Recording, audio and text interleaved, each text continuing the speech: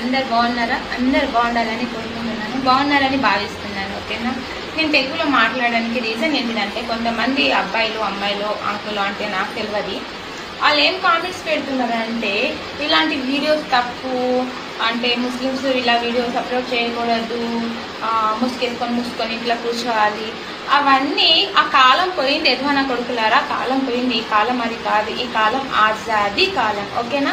ఎవ్వరికి అనడానికి ఏ అధికారం, ఏ హక్కు లేదు. మరి మీరు ఎందుకు అలా అనుకుంటున్నారు? అసలు నాకు అర్థం అవడం లేదు.